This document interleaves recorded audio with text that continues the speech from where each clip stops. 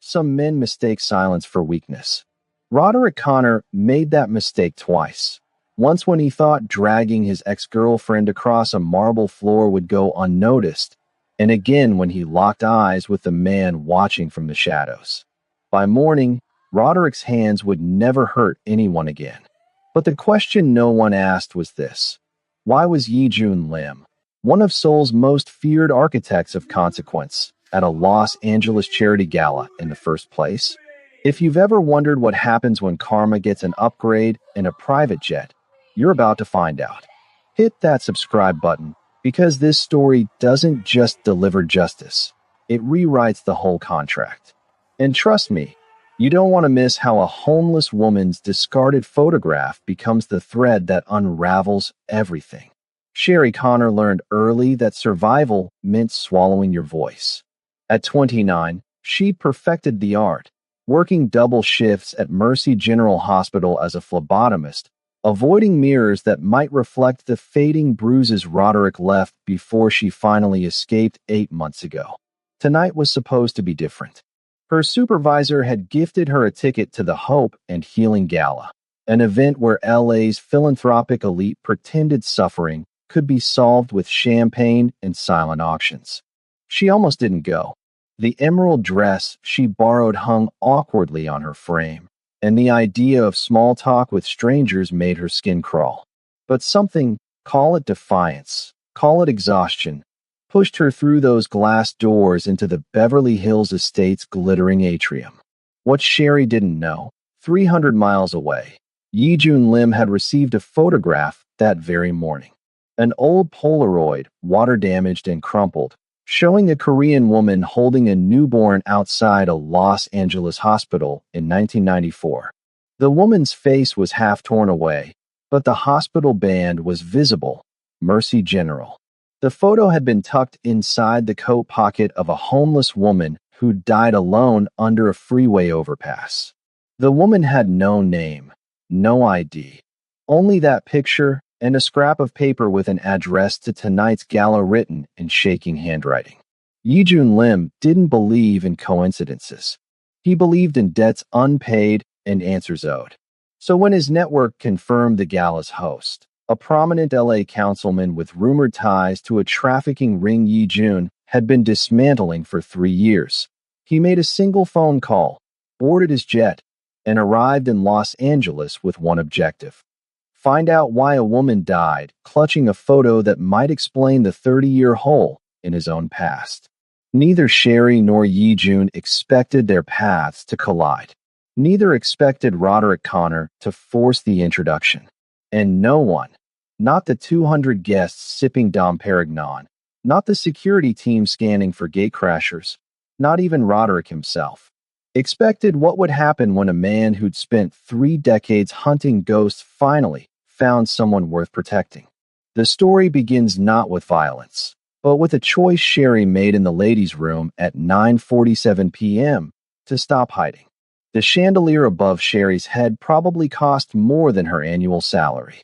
She knew this because she'd spent the last 20 minutes counting the crystals, 347, instead of making conversation with the woman beside her who wouldn't stop talking about her Pilates instructor's transformative energy work.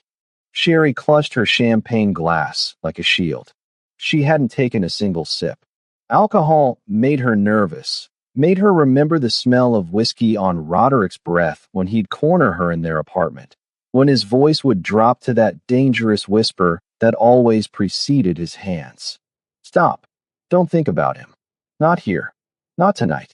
The Hope and Healing Gala sprawled across a Beverly Hills estate that looked like it had been airlifted from a European palace. Marble columns, gold-trimmed archways, an orchestra playing something classical and forgettable. Everywhere Sherry looked, she saw wealth so casual it didn't even bother to announce itself. Women in dresses that cost 5 figures, men in watches that could fund a year of her rent, and all of them gathered to celebrate their own generosity, to feel good about writing checks that would barely dent their bank accounts. Sherry's supervisor, Karen, had pressed the invitation into her hand 3 days ago with genuine excitement. You deserve a night out, honey. Put on something pretty, drink some free champagne, forget about blood draws and difficult patients for a few hours. Karen meant well. She didn't know about Roderick, about the restraining order that felt about as protective as tissue paper, about the 3 deadbolts Sherry had installed on her studio apartment door. She didn't know that something pretty meant a borrowed emerald dress from Sherry's neighbor, altered with safety pins because Sherry had lost 15 pounds since leaving Roderick and couldn't afford new clothes. But she'd come anyway, because staying home meant another night of jumping at shadows, of checking the locks, of reliving every moment she should have left sooner. Sherry drifted toward the silent auction tables, grateful for something to focus on besides the uncomfortable burn of being surrounded by strangers. Crystal vases, designer handbags, a weekend in Napa Valley, and then, tucked near the end of the table, a painting that made her stop. It was small, maybe 18 by 24 inches, but arresting. A woman's hands, dark-skinned and weathered, reaching upward toward a shaft of golden light. The background was shadow and texture, and the hands seemed to be emerging from something heavy, something suffocating. The title card read, "In Memory of the Forgotten." The artist's name was unfamiliar, but the starting bid was modest, $50. A man in a tuxedo glanced at it and snorted to his companion. Too depressing. Who wants to look at that every day? His companion, a woman dripping in diamonds, wrinkled her nose. Exactly. Art should be uplifting. They moved on. Sherry stared at those hands. She understood them. The reaching, the desperation, the hope that maybe, just maybe, someone would see you. She pulled out the small notepad provided for bids and wrote her number. $200. It was reckless. It was money she needed for groceries, for gas, for the therapist appointments she kept canceling because $60 copays added up fast. But something about those hands demanded a witness, demanded to be seen. Bold choice. Sherry turned. The voice belonged to a woman in her 60s wearing an elegant cream pantsuit and a kind smile. Most people go for the safe art, the landscapes, the abstract pieces that match their couches. Sherry managed a small smile. I like that it's honest. So do I. The woman extended a hand. I'm Dr. Evelyn Torres. I run a women's shelter downtown. Sherry Connor. I work at Mercy General. Phlebotomy. Then you understand hard truths too. Dr. Torres nodded toward the painting. The artist is one of our residents. Was, I should say. She passed away last year. This was her way of processing trauma, of reclaiming her story. Sherry's throat tightened. I'm sorry. Don't be. She'd be thrilled someone bid on it. Especially someone who gets it. Dr. Torres patted Sherry's arm gently. Enjoy your evening, dear. And if you ever need anything, a listening ear, resources, whatever, our doors are always open. She handed Sherry a business card and disappeared into the crowd, leaving Sherry holding a small piece of hope she hadn't expected to find tonight. Across the room, near a marble column that probably predated the building itself, Yijun Lim stood perfectly still. To anyone watching, he looked like just another wealthy guest. Black Tom Ford suit tailored to precision, platinum cufflinks, an expression of polite disinterest. But Yijun wasn't watching the crowd. He was studying it, reading body language, tracking movements, cataloging faces against the mental database he'd spent 30 years building. 2 men flanked him at a respectful distance. To the untrained eye, they looked like business associates. In reality, they were his shadow, operatives who'd followed him from Seoul, who understood that Yijun Lim didn't travel anywhere without contingency plans for his contingency plans. His phone buzzed. He glanced at the screen, a message from his head of intelligence. Councilman Drake arrived 10 minutes ago. Southwest entrance. Currently greeting donors in the main hall. Yijun's jaw tightened. Richard Drake, Los Angeles City Councilman, philanthropist, humanitarian, and, if Yijun's 3 years of investigation were correct, a man who'd built his empire on the bones of stolen children. The photograph was still in Yi Jun's jacket pocket. He didn't need to look at it again. He'd memorized every detail. The woman's face, half destroyed by water damage. The baby in her arms, wrapped in a hospital blanket. The background, Mercy General's distinctive brick facade. And the handwriting on the back, shaky and desperate. Find my son. Please.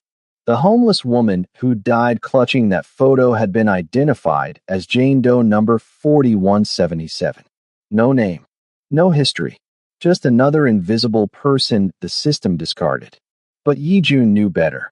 The photo was a breadcrumb. And breadcrumbs, followed correctly, led to truths people spent fortunes hiding. A server approached with a tray of champagne. Yi Jun shook his head. He needed clarity tonight. Focus. He'd flown 5,000 miles because a dead woman's final act was to preserve a photograph that might explain why Yi Jun's own birth records listed him as an orphan found outside a Seoul children's home in 1994, when hospital records in Los Angeles suggested otherwise. Someone had erased his history. Someone had made sure he'd never know where he came from. And Yi Jun had spent the better part of a decade building the kind of power that ensured no one could hide from him forever. Not even Councilman Richard Drake. Yi Jun's attention shifted as the crowd's energy changed. That subtle ripple that happened when someone important entered a room. Drake was here. Silver hair. Expensive suit. The kind of smile politicians spent years perfecting. He moved through the crowd like a man who owned not just the room, but everyone in it. Yi Jun's phone buzzed again. His second in command, stationed outside, perimeter secure.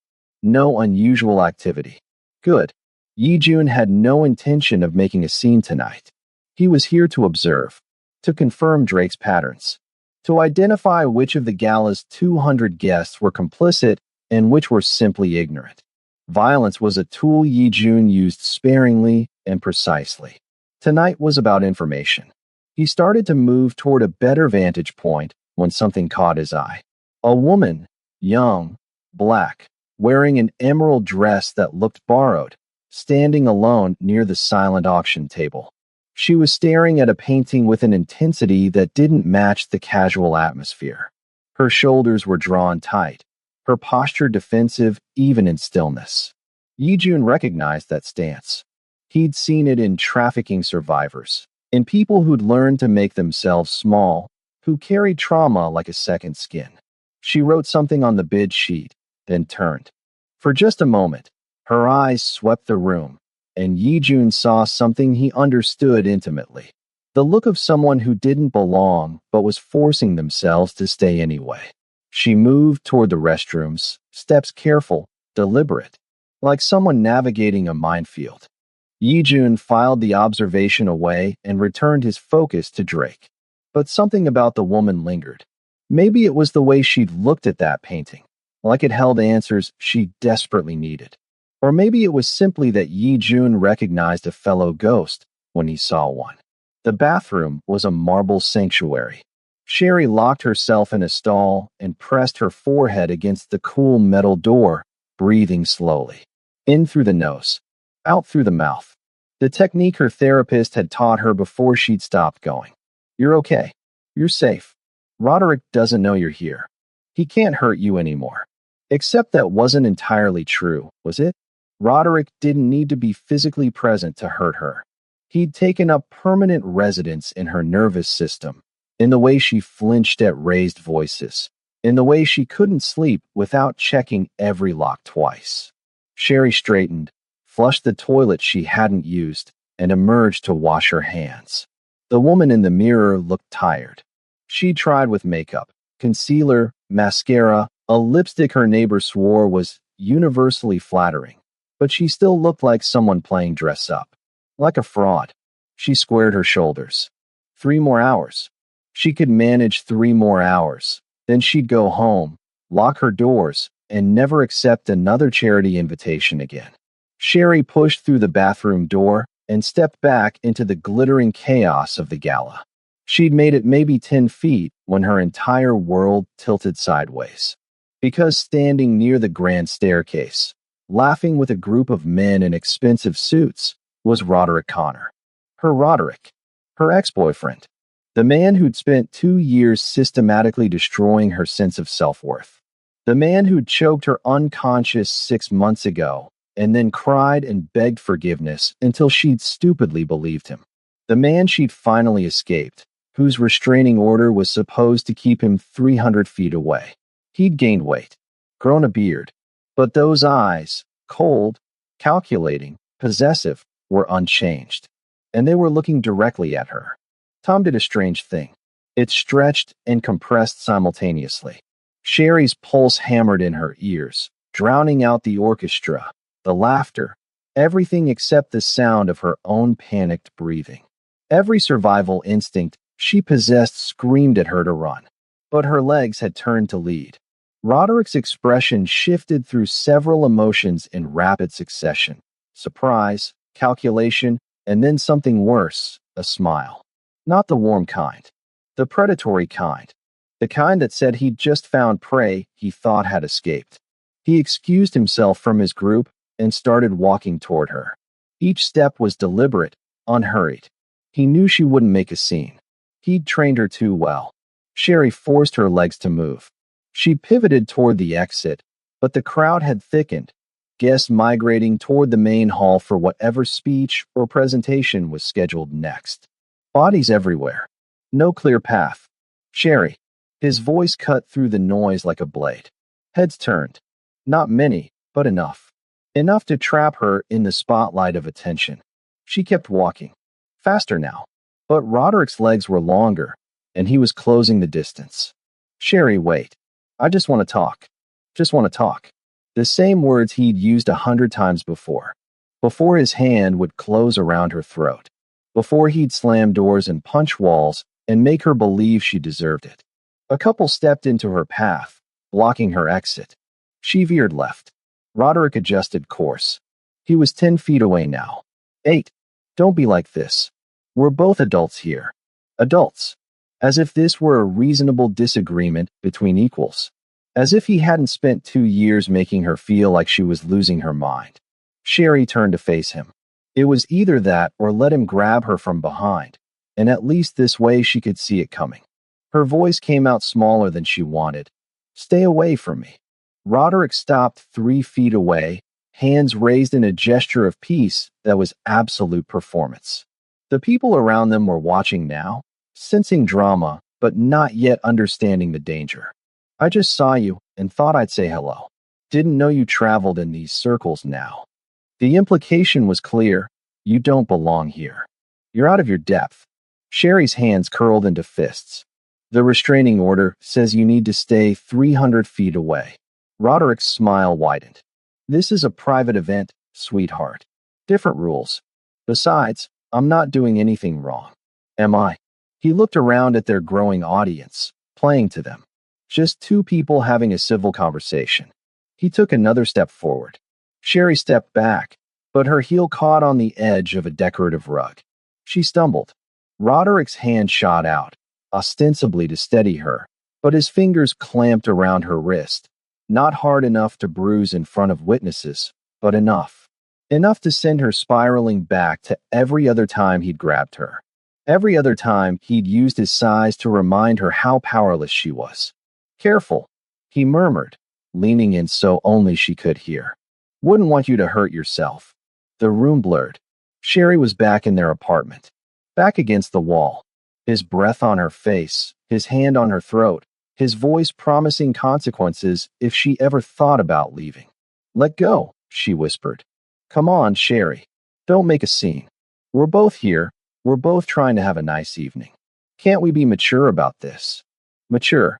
The word he always used when he wanted her to accept the unacceptable. When he wanted her to stay silent. But something in Sherry cracked. Maybe it was the painting she'd just bit on, those hands reaching for light. Maybe it was Dr. Torres's kindness. Maybe it was simply that she was tired. So desperately tired of being afraid.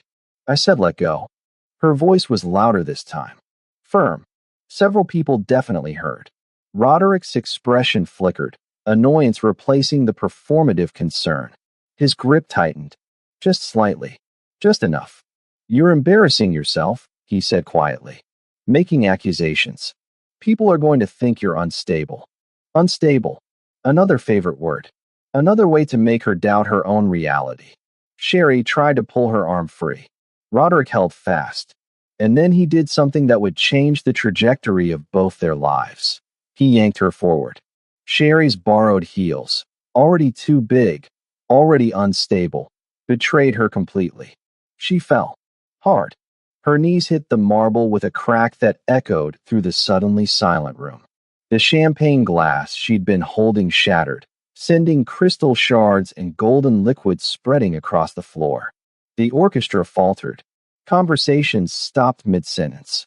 200 pairs of eyes turned to watch. And Roderick, emboldened by years of getting away with exactly this, didn't let go. He dragged her forward.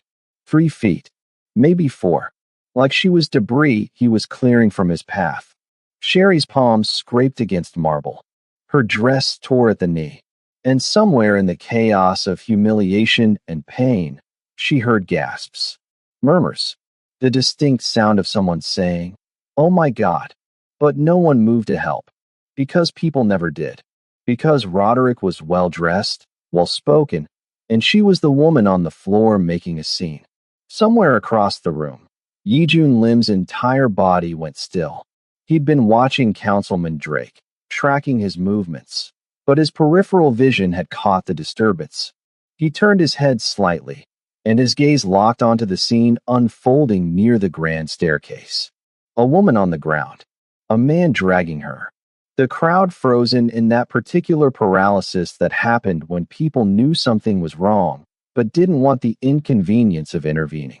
Yijun recognized the woman instantly, the one from the silent auction, the one with the defensive posture and the haunted eyes. One of his men stepped forward, ready to intervene. Yijun raised a hand. Wait. Not because he didn't care, but because he needed to see how this played out. Needed to confirm what he already suspected about the kind of people who attended events like this. The kind who'd write checks for charity but wouldn't cross a room to help someone being assaulted in front of them. The man dragging the woman said something Yijun couldn't hear. But the woman's face, terror mixed with resignation, told him everything he needed to know. Yijun had seen that expression before. In Seoul, in Manila, in every city where he'd dismantled trafficking rings and found survivors who'd learned to expect cruelty, who'd learned that no one would save them. He'd promised himself, after finding his mother's photograph, after learning about the women whose children had been stolen, that he wouldn't look away anymore, that every act of violence he witnessed would be answered. And this man, this well-dressed predator who thought a crowd would protect him, had just made a catastrophic miscalculation. Yijun moved, not running, walking, measured and deliberate as a judge approaching the bench. His men fell into formation behind him, reading his intent without needing orders. The crowd parted instinctively. Something about Yijun's presence, the absolute certainty in his movement, the cold authority in his expression, made people step aside. Roderick still had the woman's wrist. He was saying something to her, voice low and threatening. He didn't notice Yijun until he was 3 feet away. Let her go. The words were quiet, polite even, but they carried the weight of absolute command. Roderick looked up, irritation flashing across his face. Who the hell are you? This is a private conversation. Yijun didn't repeat himself. He simply looked at Roderick's hand on the woman's wrist, then back at Roderick's face. The silence stretched. 5 seconds. 10. Something in Yijun's eyes, something utterly empty of mercy or compromise, made Roderick's grip falter. The woman pulled her arm free and scrambled backward, breathing hard. A security guard started to approach, but one of Yijun's men intercepted him with a quiet word and a subtle gesture toward the phone in his hand. The guard's expression changed, uncertainty, then retreat. Whatever was said, it was enough. Roderick pushed himself up, trying to regain the high ground. Listen, I don't know who you think you are, but this is between me and my girlfriend. Ex-girlfriend. The woman said from the floor, her voice shaking but audible. And there's a restraining order. Several gasps from the crowd. Roderick's face flushed. That's not. She's being dramatic. We had a disagreement, that's all. Couples fight. Yijun's expression didn't change. Is that what you tell yourself? This is none of your business. You made it my business. Yijun pulled out his phone, tapped the screen twice, and turned it toward Roderick. In approximately 4 minutes, footage of you entering this gala will be sent to every major news outlet in Los Angeles, along with documentation of 3 prior complaints dismissed due to your family's donations to the district attorney's campaign fund. The color drained from Roderick's face. You're bluffing. Test me. The words hung in the air. Absolute. Final. Yijun extended his hand toward the woman on the floor, not grabbing, not demanding, offering, giving her the choice. Sherry stared at that hand. Manicured nails. A platinum ring. Steady as stone. She didn't know this man. Didn't know why he was helping. But something in his eyes, a recognition, a shared understanding of what it meant to be powerless, made her reach up. His grip was firm but careful. He lifted her to her feet effortlessly, then released her immediately, respecting her space. Roderick's rage finally boiled over. He lunged forward, arms swinging. It was clumsy, adrenaline-fueled, the kind of attack that relied on intimidation rather than skill. Yijun didn't flinch. He simply stepped aside, and one of his men moved with the precision of surgical intervention. A brief motion, hand to pressure point, controlled force.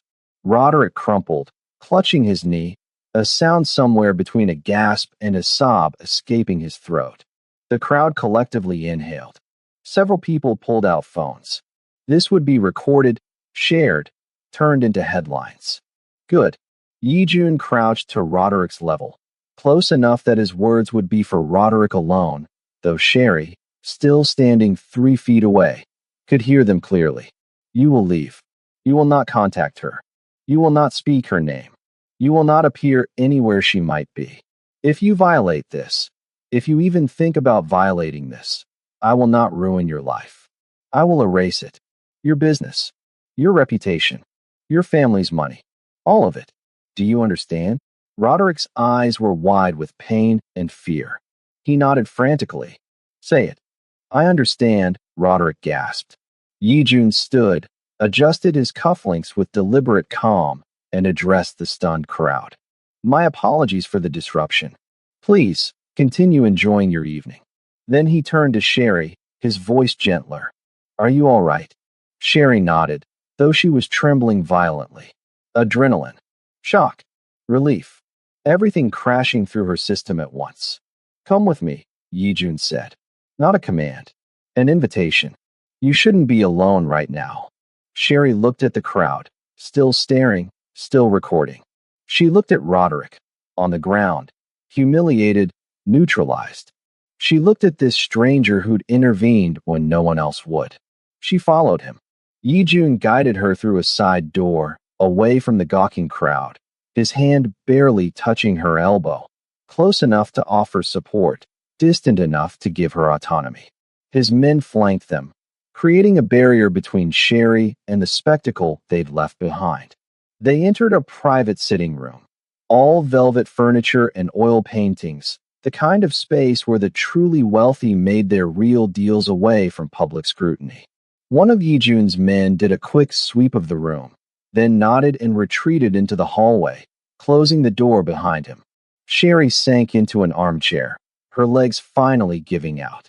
Her hands were shaking so badly she had to clasp them together. Yijun poured water from a crystal decanter into a glass and handed it to her. She accepted it gratefully, taking small sips as her breathing slowly normalized. Thank you, she whispered. I don't know why you helped me, but thank you. Yijun settled into the chair across from her, his posture relaxed but his eyes sharp, assessing. No thanks necessary. What that man did was unacceptable. Most people would have just walked past. Most people are cowards who prefer comfort over conscience. The bluntness startled a laugh out of Sherry. It was brief and slightly hysterical, but real. I'm Sherry. Sherry Connor. Yi Jun Lim. What are you? A bodyguard? Private security. Yi Jun's mouth quirked. Not quite a smile, but close. Something like that. I ensure problems are resolved. Permanently, when necessary. The word permanently should have frightened her. Instead, after 2 years of Roderick and 8 months of living in fear, it felt like salvation. Will he really leave me alone now? Yes. The certainty in that single syllable was absolute. Sherry believed him. They sat in silence for a moment. Sherry's hands finally stopped shaking. She became aware of her torn dress, her scraped palms, the undoubtedly mascara-streaked mess of her face. But Yi Jun wasn't looking at her like she was broken. He was looking at her like she was a person, just a person who deserved dignity. Can I ask you something? Sherry said. Of course. Why were you at this gala? You don't seem like the charity event type. Yi Jun was quiet for a long moment. Then he reached into his jacket pocket and pulled out a photograph. It was old, damaged, the edges worn. He handed it to her. Sherry studied it carefully. A Korean woman holding a newborn baby. The photo was water-stained, the woman's face partially destroyed, but the background was unmistakable. Her breath caught. That's Mercy General, the hospital where I work.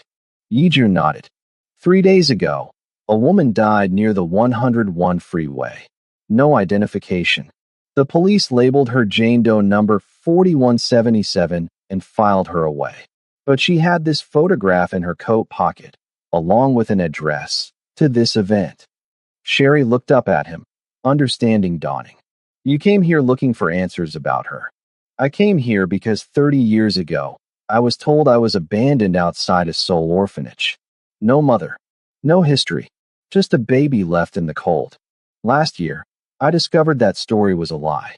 I was born in Los Angeles, and someone made sure I'd never find out who I really am. The pain in his voice was carefully controlled, but Sherry heard it, recognized it. She understood what it meant to have your story rewritten by someone else. The photograph, Yi Jun continued, is the first real piece of evidence I've found. And I believe the woman who died, whoever she was, came to this gala looking for someone. Maybe the person who took her child. Maybe answers. I don't know yet. Sherry's mind was racing. The gala is hosted by Councilman Drake. He's been involved in charity work for decades, particularly international adoption advocacy. Yes. Yi Jun's expression darkened. I'm aware. You think he's connected? I know he's connected. I just need to prove it. Sherry handed the photograph back carefully. How can I help? Yi Jun studied her. You don't owe me anything. What happened out there? I did what anyone should have done. But no one else did. You did. So let me help. This isn't. What I'm involved in isn't safe. These are powerful people who've spent decades burying secrets. Sherry's jaw set. I work at Mercy General. I have access to archives, old records. If there's something to find, I can find it. Why would you risk that? Sherry thought about the painting she'd bid on. Those hands reach for light. She thought about Dr. Torres and her shelter for women. She thought about Roderick's face when he realized someone finally wouldn't let him get away with it. Because I'm tired of being afraid. Because I'm tired of watching people get away with hurting others. Because she met Yi Jun's eyes. Because that woman in the photograph deserves someone to care that she died alone. And if helping you means Roderick never touches anyone else, if it means people like Councilman Drake face consequences, then that's reason enough. Yi Jun was silent for a long moment. Then he extended his hand. Partners, then. Sherry shook it. His grip was firm, respectful. A promise sealed. There's one more thing you should know, Yi Jun said. The work I do, the resources I have, come from a particular kind of organization. One that operates outside traditional legal structures. You're saying you're a criminal. I'm saying I exist in spaces where conventional justice doesn't reach. Where the people who need protection most are the ones the system ignores. Sherry should have been terrified. Should have run. But she'd just watched 200 wealthy, respectable people stand by, while she was dragged across the floor. She'd just seen this man, this supposed criminal, be the only one who helped. I think, Sherry said slowly, that sometimes the people who follow all the rules are more dangerous than the ones who don't. Yi Jun's expression softened, just slightly. I think we're going to work well together. Now, you might think you know how this ends. White Knight swoops in, villain gets punched, credits roll. But here's the thing about Yi Jun Lim. He doesn't do rescue missions. He does reckonings. And what happens when Sherry walks into those hospital archives isn't just research. It's opening a door that powerful people spent millions keeping locked. Stick around. You want to see what they find. 2 days after the gala, Sherry stood in the basement archives of Mercy General Hospital at 11 p.m., surrounded by 30 years of forgotten paperwork. The air smelled like dust and old paper and institutional neglect. Fluorescent lights buzzed overhead, casting everything in that particular shade of sickly yellow that made everyone look like they were already dead. She'd called in a favor with Jerome, the night shift security supervisor who owed her for covering his vacation last Christmas. Just need to pull some old records for a patient follow-up, she'd lied. Jerome had shrugged and given her 2 hours before his next rounds. Yi Jun stood beside her, dressed in black jeans and a dark sweater. The first time she'd seen him in anything other than an expensive suit. He looked younger like this, more human, though his eyes still carried that particular weight of someone who'd seen too much. His 2 associates were stationed upstairs, one near the main entrance, one monitoring security cameras they'd temporarily looped. Yi Jun didn't do anything without contingencies. What exactly are we looking for? Sherry asked, booting up the ancient desktop computer that probably predated her own birth. 1994. Birth records for infants with incomplete documentation. Mothers listed as Jane Doe or with Asian surnames that were never followed up on. Adoption paperwork processed through unusual channels. Sherry's fingers flew across the keyboard. She'd worked at Mercy General for 3 years. She knew the database's quirks, its backdoors, the ways overworked staff cut corners that created gaps someone with patience could exploit. The digital records only go back to 2005, she muttered. Anything before that is physical files only. Which means, she gestured to the rows of file cabinets stretching into the dimly lit distance. We're doing this the old-fashioned way. Yi Jun nodded. Show me how the filing system works. For the next hour, they worked in near silence. Sherry pulled files while Yi Jun photographed relevant pages with a phone that probably cost more than her car. They found 3 cases that matched the parameters. Births in 1994, mothers listed as unknown or declined to provide. Babies processed through adoption agencies that no longer existed. But it was the 4th file that made Sherry's blood run cold. Yi Jun, look at this. He crossed to her side. The file was for a baby boy, born March 15, 1994. Mother, Ji-eun Park. Except Ji-eun Park's name had been crossed out and replaced with Jane Doe. The infant's outcome was listed as stillborn, but someone had later added a handwritten note. Transferred to St. Catherine's Adoption Services per request. A stillborn baby doesn't get transferred to adoption services, Sherry said quietly. No. Yi Jun's voice was tight. It doesn't. He pulled out the water-damaged photograph. Stared at it. Then at the file. The dates matched. The hospital matched. And the mother's name, Ji-eun Park, was Korean. There's more, Sherry said. She'd kept digging while he processed. Look at this pattern.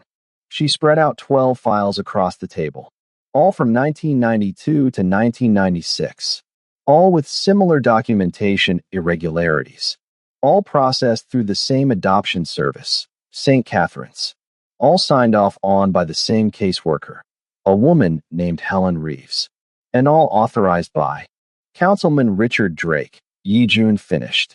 He was on St. Catherine's board of directors. Sherry felt sick. These women, someone stole their babies, told them they were stillborn or sick or, God, who does that? People who see human beings as commodities. Yijun's hands were steady as he photographed each file, but Sherry noticed his jaw was clenched so tight she thought it might crack. People who monetize desperation. We need to take this to the police. The police buried this once. They'll do it again. Drake has too much influence. Too many people owe him favors. Then what do we do? Yijun looked at her. We make him confess. Publicly. Irrefutably. In a way he can't deny and his allies can't suppress. How? Drake hosts a private donor dinner every month. Next one is in 3 days. Exclusive, off the record, only his most trusted supporters. I can get us in. Sherry's stomach dropped. You want us to confront him? At his own event. I want to record his confession. Force him to admit what he did. Then release it where it can't be buried. That's insane. We're not spies. I'm a phlebotomist. I draw blood for a living. Yijun's expression softened. I know what I'm asking. And you can say no? But these women, he gestured to the files. They had their children stolen. They were told lies. And they spent the rest of their lives wondering, grieving. The woman who died under that freeway overpass? I believe she was one of them. I believe she spent 30 years looking for her baby and died without ever finding him. Sherry's throat tightened. She thought about the painting she'd bid on at the gala. Those reaching hands. She thought about Dr. Torres's shelter and all the women who needed someone to fight for them. If we do this, she said slowly, we need a real plan. Not just walk in and hope for the best. Agreed. And if it goes wrong, if Drake figures out what we're doing, then I protect you. That's non-negotiable. Sherry studied him. This man who'd appeared out of nowhere, who defended her when no one else would, who was now trusting her with something deeply personal. Why me? You could have hired professional investigators, people with experience, because you understand what it means to be silenced, to have someone take your power and make you believe you never had any to begin with, because you looked at those files and saw people, not cases, and because, he paused, because I trust you. The words hit harder than they should have. Trust. Something Sherry hadn't felt capable of inspiring since Roderick. Okay, she heard herself say. Let's do it. Drake's donor dinner took place in his Beverly Hills estate, the same location as the gala, but this was smaller. Intimate. 18 guests, each of whom had contributed at least 6 figures to Drake's various charitable initiatives over the past year. Yijun had secured their invitation through a shell corporation registered in the Caymans, backed by a very real deposit of $500,000 into Drake's campaign fund. Money, as always, opened doors that integrity couldn't. Sherry wore a wire. It was smaller than she'd expected, barely the size of a button, hidden in the lining of the elegant black dress Yijun had provided.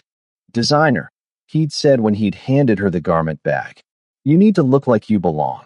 She'd started to protest the expense, but he'd simply said, let me do this. Please. So she had. Now, standing in Drake's marble foyer with crystal champagne flutes and quiet classical music, and people who wore their wealth like armor, Sherry felt the full weight of what they were attempting. These people weren't just rich. They were connected, insulated. The kind who made problems disappear with phone calls and checkbooks. Yijun stood beside her, perfectly at ease in another Tom Ford suit, playing the role of international businessman with inherited wealth and questionable ethics. The kind of person Drake's circle would both respect and underestimate. Drake himself was holding court near the fireplace, entertaining a group with some anecdote about a senator Sherry vaguely recognized. He was charming, magnetic, the kind of man who made you want to believe in him. Sherry hated him instantly. Remember, Yijun murmured, we're here to observe first. Build rapport. I'll engineer a private conversation once I've established credibility. Sherry nodded. Her role was simple. Be decorative, be forgettable, and make sure the wire captured everything. The dinner was excruciating. 8 courses of food Sherry couldn't taste. Conversations about yacht clubs and European vacations and which private schools were still maintaining appropriate standards. She smiled and nodded and let these people's casual cruelty wash over her. Between the fifth and sixth courses, Yi-jun made his move. "Councilman Drake," he said, approaching with practiced deference. "I was hoping to discuss a potential partnership. I represent several international investors interested in expanding their philanthropic footprint in Los Angeles." Drake's eyes sharpened with interest. "Of course. Perhaps we could step into my study, discuss specifics away from the crowd." "I'd appreciate that." Yi-jun glanced at Sherry. She understood the signal. Stay close, but not too close. She excused herself to the restroom, then doubled back through the hallway, positioning herself near the slightly ajar study door where she could hear but not be seen. Inside, Yi-jun was already building his cover. "I'm particularly interested in your work with international adoptions, creating opportunities for children who might otherwise fall through the cracks." Drake finished smoothly. "Yes, it's been incredibly rewarding. Though I'll admit, the bureaucracy can be challenging. I imagine, especially in the early days, before regulations became so strict." Drake's expression shifted subtly, caution mixed with curiosity. "You've done your research. I believe in understanding where my money goes." Yi-jun pulled out his phone, brought up what looked like a business proposal, but Sherry knew was actually the photograph of Ji-yun Park. "I came across something interesting. A woman who died recently. Homeless, unnamed. But she had this photograph. Mercy General, 1994. He handed the phone to Drake. Sherry watched through the gap in the door, her heart pounding so hard she was certain everyone in the house could hear it. Drake's face remained neutral, but his hand tightened on the phone. "I'm not sure I understand the relevance. The woman spent 30 years searching for a baby she was told had died. But the baby didn't die. The baby was sold through St. Catherine's Adoption Services, a service you directed." The temperature in the room dropped. Drake handed back the phone slowly. "That's a very serious accusation, based on a photograph and speculation, based on hospital records, birth certificates, adoption paperwork with forged signatures. I have documentation of at least 43 cases where vulnerable women were told their infants died or were too sick to survive, when in reality those children were processed through private adoptions that generated substantial fees." Drake's mask cracked. "Just slightly. You don't know what you're talking about. Those women were homeless, drug addicts, in no position to care for children. We gave those babies chances at real lives, without their mother's consent. Consent is a luxury the powerless can't afford." The words hung in the air. Cold, certain, damning. Sherry's wire captured every syllable. But before Yi-jun could respond, Drake's hand moved under his desk. A button, discreet. And suddenly, alarms blared through the estate. The study door burst open. Not the private security Yi-jun had accounted for, but something else. Drake's real protection. 4 men who moved with military precision, weapons drawn. "Did you really think I wouldn't have contingencies?" Drake smiled, but it was predatory now. "All pretense gone. I've been making problems disappear for 30 years, Mr. Lim. Or should I say, baby doe number 337 from March 15th, 1994. Yi-jun's expression didn't change, but Sherry saw his hands tighten. "You knew? I've known since the moment you made that donation. I know exactly who you are, and I know what happens to people who threaten me." One of the armed men gestured toward the hallway, toward where Sherry was hidden. "There's another one. Female. Near the door." Sherry's blood turned to ice. She'd been made. "So here's a question for you. What do you do when the monster you're hunting already knows you're coming? When he's 3 moves ahead and the exits are blocked?" Most people would panic. Call it quits. But Sherry and Yi-jun aren't most people, and Drake's about to learn that some traps work both ways. "Don't move. This is where everything changes." The armed man grabbed Sherry's arm and yanked her into the study. She stumbled but stayed upright, adrenaline flooding her system. Yi-jun's eyes met hers for a fraction of a second. A warning, a reassurance, a promise she couldn't quite read. Drake studied her with the kind of detached interest someone might give an insect. And who is this? No one important, Yi-jun said. A date. She doesn't know anything. Really?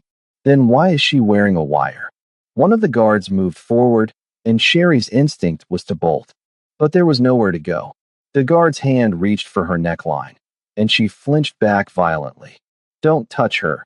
Yi-jun's voice was quiet, but it carried enough threat that the guard hesitated, looking to Drake for instruction. Drake raised an eyebrow. Protective, are we? So she's not just a date. She works at Mercy General, Yi-jun said. There was no point lying now. She helped me access the archives. But she's not part of this. Let her leave. Drake laughed. I don't think so. You've created quite the problem for me. Both of you. The question is how to resolve it. You could confess, Sherry said. Her voice came out steadier than she felt. Tell the truth about what you did. Give those families answers. Or, Drake countered, I could make you both disappear. It wouldn't be difficult. You, he pointed at Sherry. A troubled young woman with a history of mental health issues thanks to her abusive ex-boyfriend. Goes missing after becoming obsessed with conspiracy theories. And you, he turned to Yi-jun. A foreign national with suspected criminal ties who came to Los Angeles and unfortunately met with an accident. Both of you tragic. Both of you easily dismissed. Sherry's mind raced. The wire was still recording. But if Drake killed them, it wouldn't matter. No one would ever hear it. Yi-jun's posture remained relaxed, almost casual. You're making assumptions. Am I? You assume I came here unprepared. You assume that wire is the only recording device. You assume that if I don't send a specific code in, he glanced at his watch. 70 seconds, that everything I've compiled on you doesn't automatically upload to 12 international news outlets, 3 human rights organizations, and the FBI's trafficking task force. Drake's confidence flickered. You're bluffing. Test me. It was the same phrase he'd used on Roderick. The same absolute certainty. And this time, Sherry understood it wasn't bravado. Yi-jun had actually built those contingencies. 60 seconds. Drake's jaw clenched. Even if you release it, I have lawyers. Resources. I can make this go away. Not when the homeless woman who died, Ji-eun Park, was my biological mother. Not when I'm the stolen baby who survived to tell the story. The media loves a narrative, councilman. And powerful politician stole and sold his own biological grandson is the kind of headline that destroys careers. The room went utterly silent. Even the guards looked uncertain. 45 seconds. You're lying, Drake said, but his voice wavered. Yi-jun pulled out the photograph. This is my mother. Holding me. Outside Mercy General on March 15, 1994. She was told I died. You sold me to a soul orphanage for $50,000. She spent 30 years looking for me. And she died alone, clutching this picture, on a Los Angeles freeway, because she came to your gala hoping someone there would help her find her son. Sherry's breath caught. She'd known parts of this, but hearing it laid out so starkly, the calculated cruelty of it, made her want to scream. 30 seconds. Drake's hands were shaking now. What do you want? A confession. On camera. Names, dates, how many children, how much money. Everything. You do that. You resign. You surrender to federal authorities, and you spend the rest of your life ensuring every family affected gets answers. Or I release the recording anyway, and you face them with nothing to bargain. 20 seconds. If I confess, I'm destroyed anyway. Yes, but this way, you destroy yourself with dignity. The alternative is I destroy you, and you spend your last free hours wondering which of your former allies will testify against you first. 10 seconds. Drake's facade finally crumbled. Fine. Fine. Turn off the goddamn timer. Yi-jun made no move toward his phone. The confession first. Then the code. One of the guards started to protest, but Drake waved him off. Get a camera. Now. What followed was 43 minutes of the most damning testimony Sherry had ever heard. Drake spoke in a monotone, the fight gone out of him. He named names, attorneys, social workers, hospital administrators. He provided numbers, 43 confirmed cases, possibly more he couldn't remember. He described the process, identifying vulnerable women, homeless, addicted, undocumented, waiting until they gave birth, falsifying records, facilitating illegal adoptions to wealthy families who paid premium prices for healthy infants with minimal legal complications. Ji-eun Park had been one of them, a Korean immigrant, in the country illegally, with nowhere to turn when she was told her baby had died. She'd signed the forms they gave her, forms that said she relinquished the body for cremation. She hadn't known she was actually signing adoption consent. She came back, Drake said quietly, 3 months later, demanded to see her baby's death certificate. We told her it had been lost in a fire. Administrative error. She threatened to go to the police. We had immigration deport her. Sherry felt tears streaming down her face. Yi-jun's expression remained perfectly controlled, but she saw his hands clench, white-knuckled, around the arm of his chair. She must have come back, Drake continued. Years later. Found her way to the gala somehow. But I didn't recognize her. She was homeless by then. Changed. I had security remove her. I didn't know. I didn't know she was the same woman. But you would have done the same thing even if you had known, Yi-jun said quietly. Drake didn't answer. He didn't need to. When it was finished, Yi-jun sent the cancellation code. The guards lowered their weapons. Drake sat in his leather chair like a puppet with cut strings. What now? He asked. Now, Yi-jun said, standing, you call your attorney. You call the FBI. And you prepare to spend the rest of your life paying for what you did. And if I don't, if I run, Yi-jun's smile was cold. Then I stop being civilized. And trust me, councilman, you don't want that. Yi-jun gestured to Sherry. They walked out of that study, through the silent house where Drake's dinner guests were being quietly detained by men Sherry hadn't even known were there. Yi-jun's contingencies ran deeper than she'd imagined. Outside, the Los Angeles night air was cool and clean. Sherry breathed it in, trying to process what had just happened. Are you all right? Yi-jun asked. I don't know. Are you? He was quiet for a long moment. I found out my mother's name tonight. I found out she loved me. And I found out she died looking for me. So no, I'm not all right. But I will be. Sherry reached out and squeezed his hand. Just for a moment. A shared grief, a shared triumph, a shared understanding that some things couldn't be fixed but could at least be witnessed. What happens to the families? The other children? The confession includes enough information to start locating them. It won't be fast. It won't be easy. But they'll get answers. And Ji-eun Park. She's buried in Potter's Field. Los Angeles County. Unmarked grave. I'm going to change that.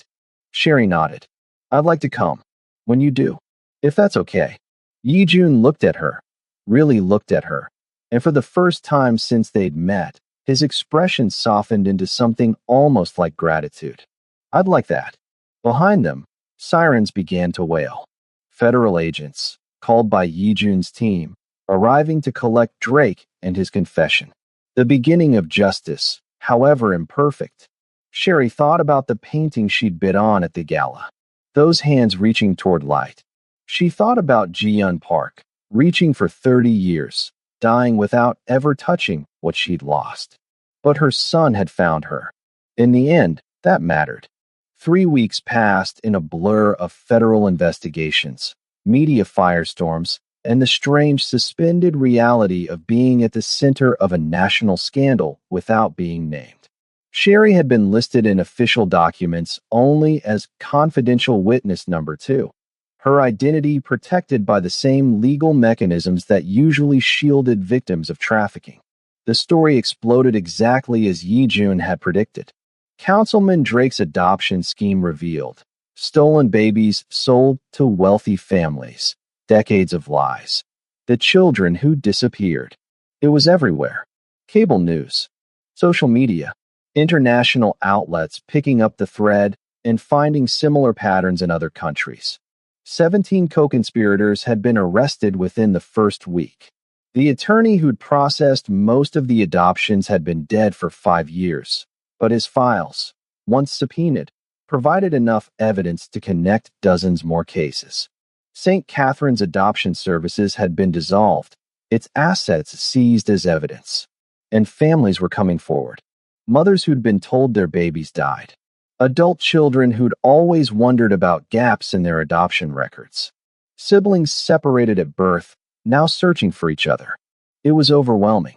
It was messy, but it was happening.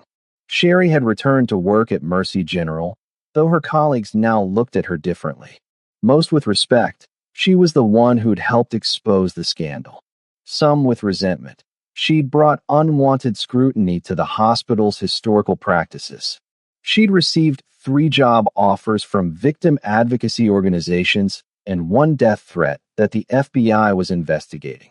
Her apartment felt different too. She'd finally removed 2 of the 3 deadbolts. Not because she felt entirely safe. Roderick was facing assault charges and his family's money had mysteriously stopped flowing, but the legal system moved slowly. But because she was tired of living like she was still in a cage. The painting from the gala auction had been delivered with a note, paid in full. You earned it. Dr. Torres. It hung in her living room now, those reaching hands, a daily reminder that some people got found. Yijun had disappeared for most of those 3 weeks. His team kept Sherry updated. He was meeting with federal investigators, providing testimony, and handling private matters they wouldn't elaborate on. She understood. He'd found his mother's name, but lost her forever in the same breath. That kind of grief needed space. But yesterday, he'd sent a simple text. The headstone is ready. Tomorrow, 10 a.m. Potter's Field, East LA. Would you still like to come? She'd responded immediately, yes. Now Sherry stood in the Los Angeles County Potter's Field on a gray February morning, watching Yijun arrange white lilies on a new marble headstone. The contrast was stark. This one grave, pristine, and honored among hundreds of weathered, identical markers stretching in all directions. The forgotten finally remembered. The headstone read, Jaehyun Park, 1968 to 2024. Beloved mother, you never stopped searching. 우리는 당신을 기억합니다. What do Koreans say? Sherry asked softly. We remember you, Yijun translated. His voice was steady, but she saw the tightness around his eyes. They stood in silence for a while. Sherry didn't intrude on his grief, but she stayed close enough that he'd know he wasn't alone. Finally, Yijun spoke. I hired investigators to track her life after she was deported. It wasn't easy to piece together. She lived in Seoul for 3 years, working factory jobs, saving money. She came back to LA in 1998 on a tourist visa and overstayed. Spent the next 26 years here illegally, afraid of being deported again, searching for any trace of the baby she'd lost. How did she end up homeless? An injury. Assembly line work. Couldn't afford medical care. Couldn't work. Lost her housing. She lived in shelters for a while, then on the streets. But she kept that photograph. Kept the address to Drake's gala. I think she'd been trying to work up the courage to go there for years. Did she know what Drake had done? The investigators found her journal. She suspected. She knew her baby hadn't died, a mother knows. But she had no proof, no resources, no language skills to navigate the legal system. She was invisible. Exactly the kind of person Drake targeted because he knew no one would believe her.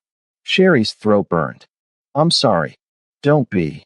Yijun knelt and adjusted one of the lilies. She may have died alone, but she's not forgotten anymore. 43 families are getting answers because of what she preserved, because she refused to let go of that photograph. Her death meant something. You meant something to her. Even though she never found you, you were what kept her going. Yijun nodded slowly. I've spent my entire adult life being angry. At the orphanage that lied about my origins. At the system that erased my history. At whoever abandoned me. And now I know I wasn't abandoned. I was stolen from someone who loved me, who searched for me, who died still hoping. Does that make it easier or harder? Both. He stood, brushing dirt from his knees. But it makes it real. I have a mother. I know her name. I know what she sacrificed. That's more than I had a month ago. Sherry squeezed his hand. She'd be proud of you. What you did. How you made sure other families won't go through what she went through.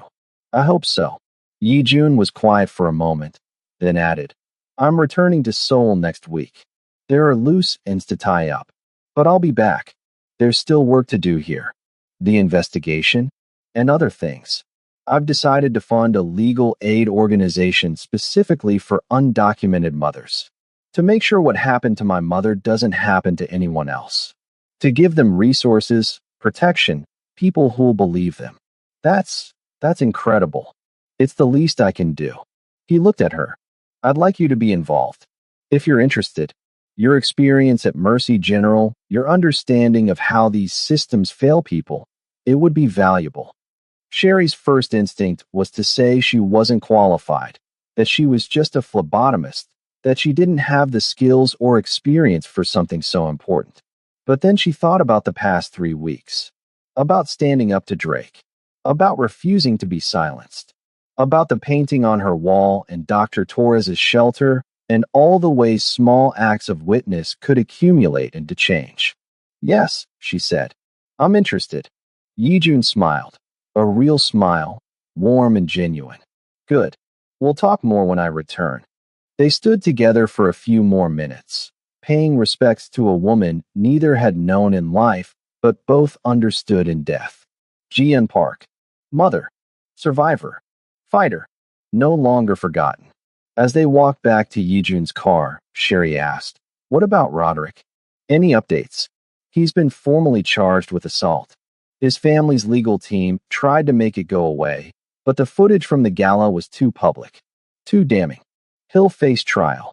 Will it stick?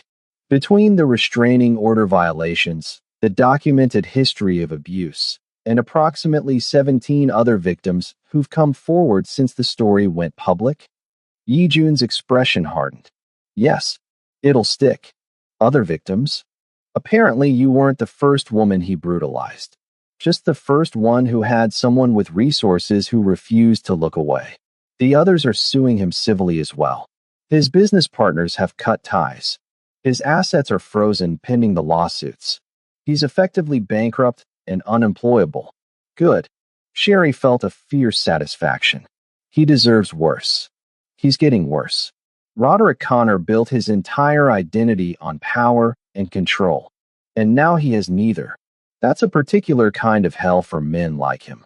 They reached the car, a sleek black sedan that probably cost more than Sherry's annual salary. Yi-jun opened her door, ever the gentleman despite everything. Can I ask you something? Sherry said before getting in. Of course. When you intervened at the gala, when you stopped Roderick, you didn't know about the adoption case yet.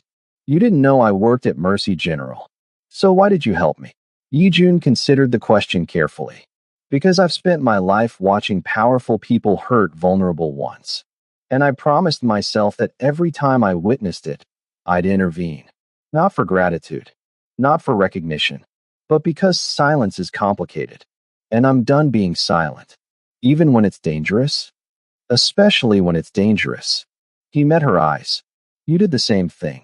You could have walked away after the gala. Could have said helping me wasn't your problem. But you didn't. Why? Sherry thought about it.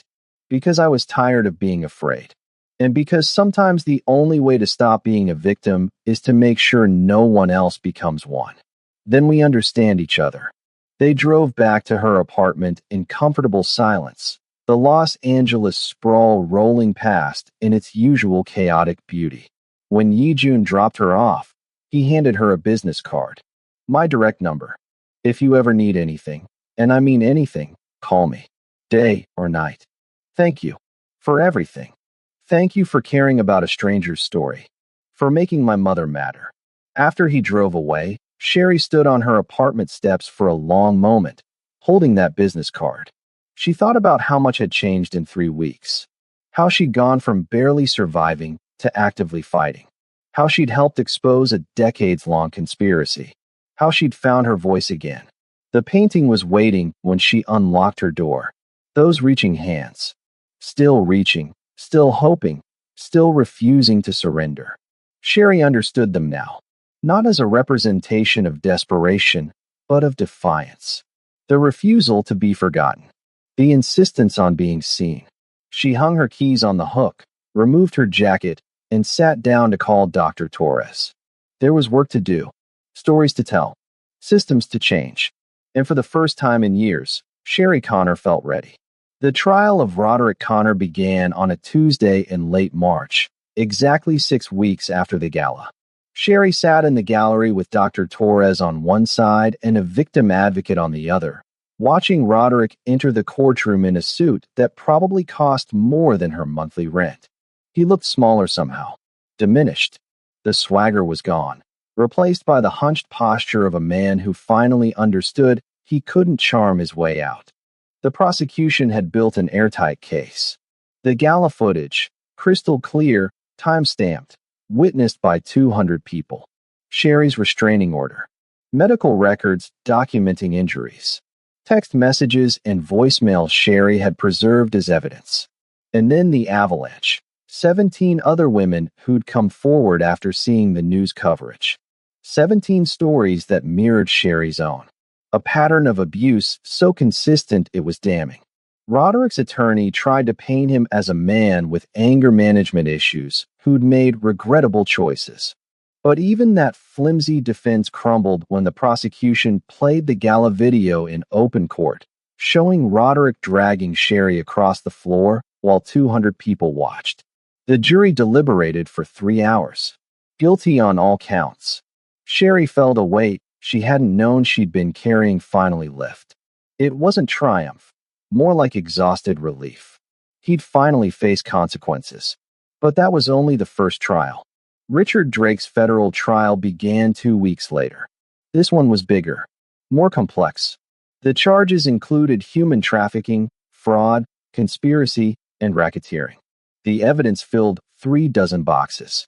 The witness list included former employees, adoptive families who'd unwittingly participated in illegal adoptions, and adult children who'd grown up never knowing they'd been stolen. Yijun testified on the 4th day. Sherry was there, watching from the gallery as he described finding the photograph, tracking down the hospital records, confronting Drake. His testimony was precise, controlled, devastating. When the prosecutor asked him to identify the woman in the photograph, Yijun's voice didn't waver. Jian Park. My mother. The courtroom went silent. The jury looked stricken. Even Drake's attorney seemed to falter. And where is your mother now? She died homeless under a freeway overpass on January 15, 2025. She spent 30 years searching for the son who was stolen from her. She died alone, without ever knowing what happened to me. How does that make you feel? Yijun's hands tightened on the witness stand. It makes me feel like I failed her. Like I should have searched harder, found answers sooner. But mostly it makes me determined that no other mother dies wondering. No other child grows up without knowing where they came from.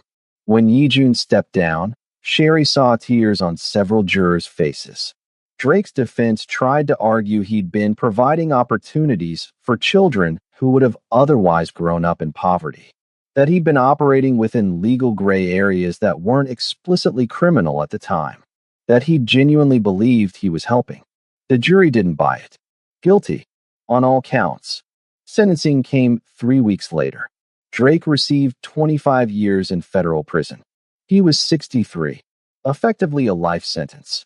As Drake was led away in handcuffs, Sherry thought about Jian Park, about the mothers who'd been lied to, about the children who'd grown up not knowing their own stories. Justice didn't bring any of them back, didn't undo the decades of pain, but it was something, a reckoning, an acknowledgement that what had been done to them was wrong and would not be forgotten. Outside the courthouse, Sherry found Yijun standing alone near a fountain, staring at the water. She approached quietly. You okay? I keep thinking about all the years I was angry at a ghost. at some faceless person who'd abandoned me. And now I know she never abandoned me. Someone took me from her, and she spent the rest of her life trying to get me back. That's not your fault. I know, but it doesn't make it easier. Sherry sat beside him on the fountain's edge. Dr. Torres told me something once. She said healing isn't about making the pain go away. It's about learning to carry it without letting it destroy you. Do you feel healed? After Roderick's conviction, Sherry considered. I feel lighter, like I can finally breathe all the way. But healed? I don't know. Maybe healing isn't a destination. Maybe it's just showing up every day and deciding the past doesn't get to write the future.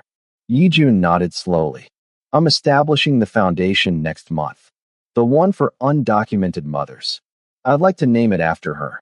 The Ji-Yun Park Justice Fund. She'd like that. Will you still help? Be part of the advisory board. Yes, absolutely.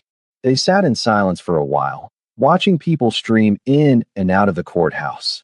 Lives intersecting, justice grinding forward imperfectly, the world continuing its messy rotation.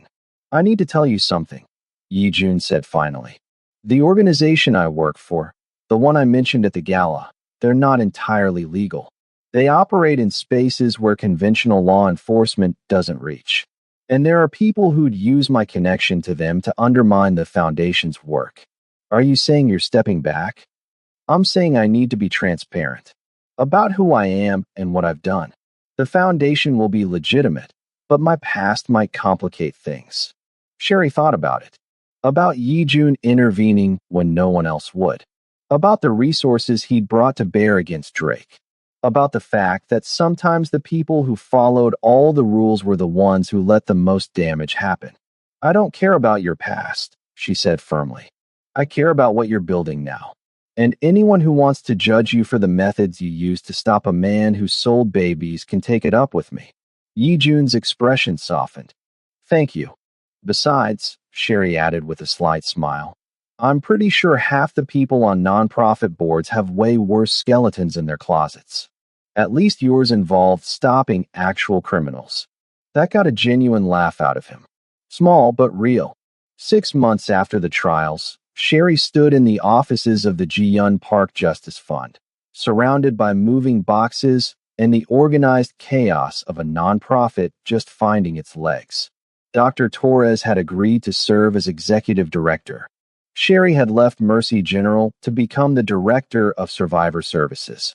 They'd secured initial funding from settlements paid by Drake's co-conspirators and donations from families who'd been reunited through the investigation.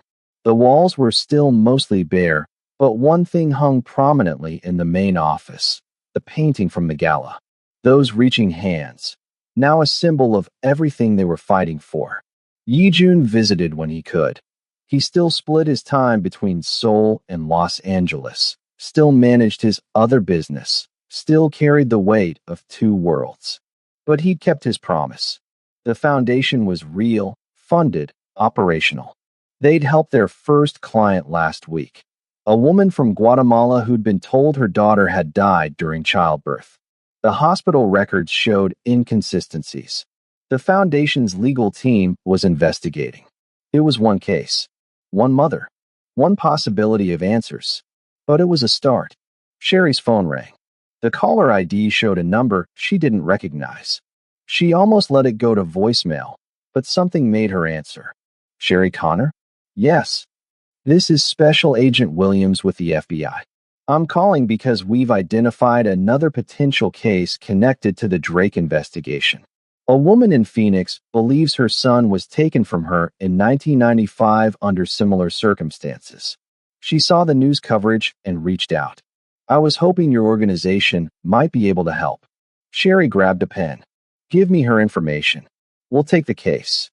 As she wrote down the details, she thought about Ji-Yun Park, about all the mothers still searching, about all the children who deserved to know their stories. The work was overwhelming. The trauma was real. The system was still broken in 1,000 ways. But they were fighting anyway. And sometimes, Sherry thought, that was enough. 1 year after the gala, Sherry stood at Ji-Yun Park's grave with Yijun. It was early morning, the Los Angeles sun just starting to burn through the marine layer, and they were alone except for the hundreds of silent markers stretching in all directions. But Ji-Yun's grave wasn't silent anymore. It was covered in flowers, white lilies from Yijun, wildflowers from Sherry, roses from families who'd gotten answers through the investigation, hand-drawn pictures from children who'd been reunited with biological relatives they never knew existed. We've helped 37 families so far, Sherry said quietly. 37 mothers who got answers. 15 children who found siblings. 8 complete reunifications. It's not enough, Yijun said. No, but it's something.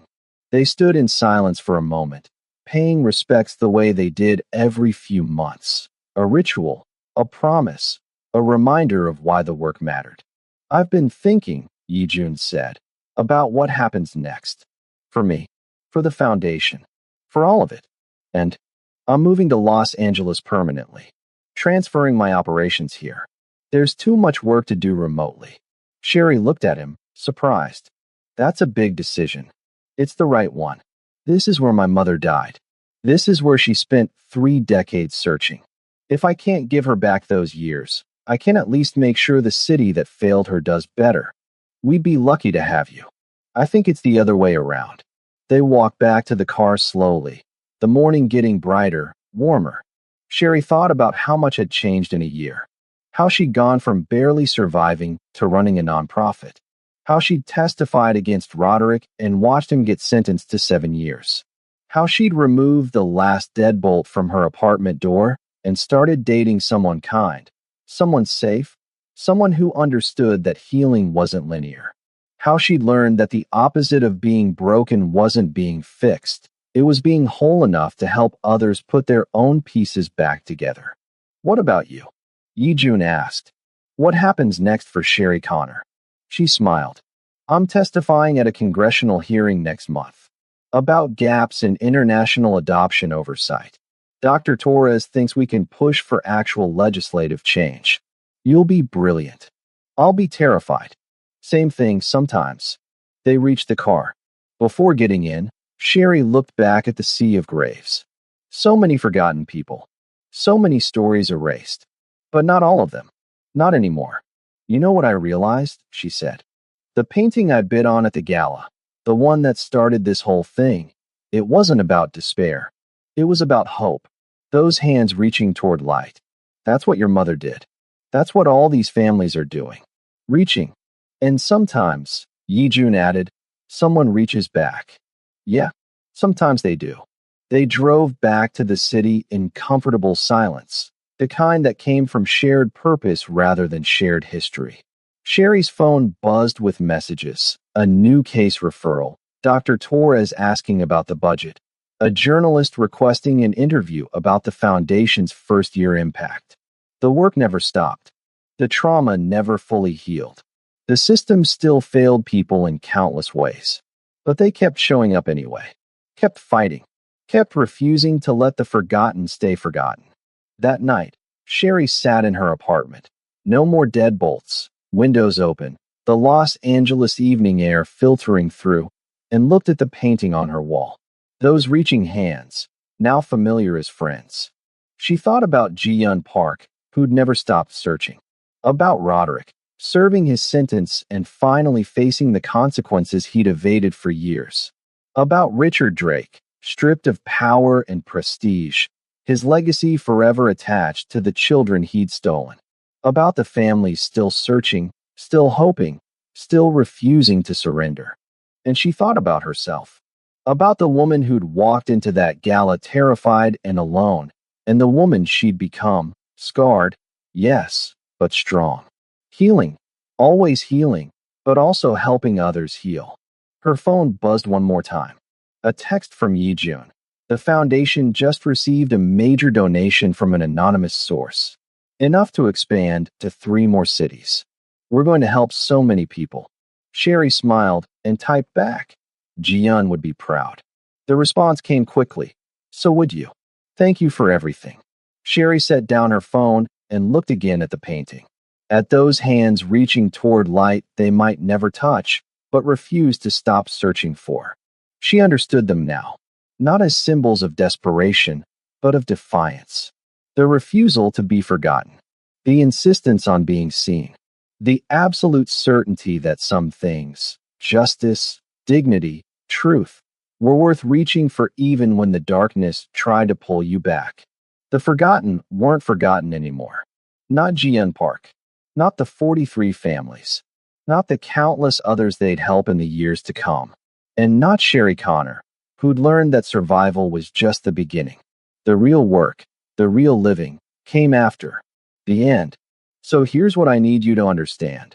Sherry Connor walked into that gala thinking she was just surviving another night. She walked out having helped dismantle a 30-year conspiracy and giving a dead woman's son the answers he'd spent his entire life searching for. That's not fiction. That's what happens when one person decides they're done being silent. But here's the thing that keeps me up at night. How many Jian Parks are still out there? How many mothers died clutching photographs of children they were told didn't survive? How many sheriffs are still locked behind 3 deadbolts, convinced no one will believe them, that no one will help? This is where you come in. If this story moved you, if you felt that rage when Roderick dragged Sherry across that floor, if your throat tightened when Yi-jun finally learned his mother's name, if you wanted to stand up and cheer when Drake's empire came crashing down, then hit that subscribe button right now. Because of these stories, they matter. They shine light in places powerful people spend fortunes keeping dark. And while you're here, I need to ask you 3 questions. First, do you know someone who needs to hear Sherry's story? Someone still trapped in a relationship like hers? Someone who thinks they're alone? Share this. Send it to them. Sometimes all it takes is seeing someone else make it out to believe you can too. Second, have you ever walked past someone being hurt and told yourself it wasn't your business? Drop a comment telling me what you do differently now. Because Yi-jun proved something crucial. Intervention doesn't require superpowers. It requires refusing to look away. Third, what story do you need to hear next? A mother fighting for custody against a corrupt system? A whistleblower exposing corporate crimes? A survivor who rebuilt their entire life from nothing? Tell me in the comments. Your voice shapes what I create next. But here's what I really want you to take away from this. Yi-jun Lim spent 30 years as a ghost in his own story. Sherry Connor spent 2 years believing she deserved the abuse. Jian Park spent 3 decades searching for a son the system told her was dead. And all of them, every single one, refused to accept the ending someone else tried to write for them.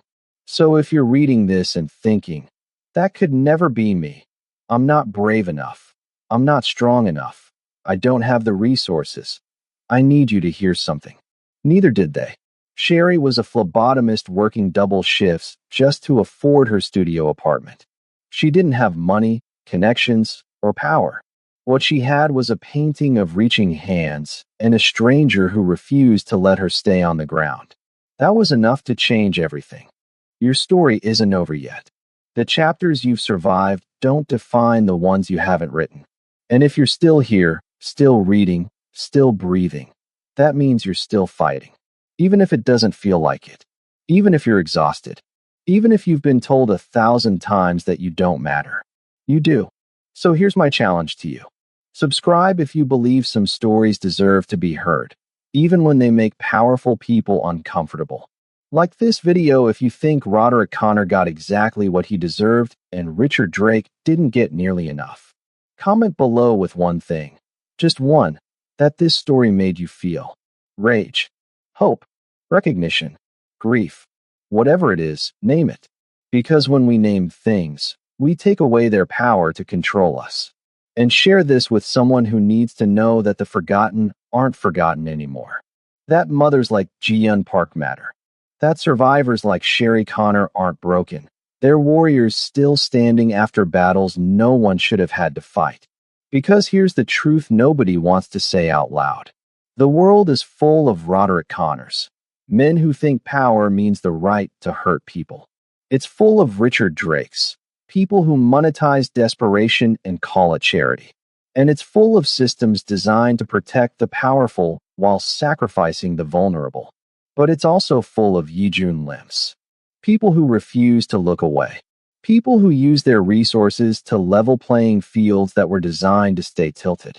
People who understand that justice delayed is justice denied. And sometimes you have to build your own reckoning. And it's full of Sherry Connors. Survivors who find their voices. Who reach toward light even when the darkness keeps pulling them back. Who learn that healing doesn't mean forgetting. It means making sure no one else has to endure what you did. Which one are you going to be? Subscribe now. Because the next story I'm bringing you is about a woman who discovered her perfect husband had 3 other families and decided to unite all the wives to destroy him together. You're not going to want to miss that. Drop a comment. Tell me, if you could confront one person from your past with absolute protection and no consequences, what would you say to them? Don't hold back. And share the story. Because somewhere right now, someone is sitting behind 3 deadbolts thinking they're alone. Show them they're not. Remember, the reaching hands and that painting never stopped searching for light. Don't you stop either. I'll see you in the next one. Stay strong. Stay loud. And never, ever let them convince you that you don't matter. Now hit that subscribe button and let's change some lives together. This story is dedicated to every person who refused to stay silent when silence was easier. To every mother who kept searching. To every survivor who learned that healing isn't about forgetting. It's about making sure no one else has to endure what you did. And to the quiet fighters who intervene when everyone else looks away. Your courage matters. Your witness matters. You matter. If you or someone you know needs help. National Domestic Violence Hotline. 1-800-799-7233. National Human Trafficking Hotline. 1-888-373-7888. RAIN, Rape, Abuse and Incest National Network. 1-800-656-4673. You are not alone. You deserve help. You deserve to be heard. Thank you for being here. Thank you for listening. Thank you for caring about stories that matter. You're the reason this work exists. Your viral script doctor.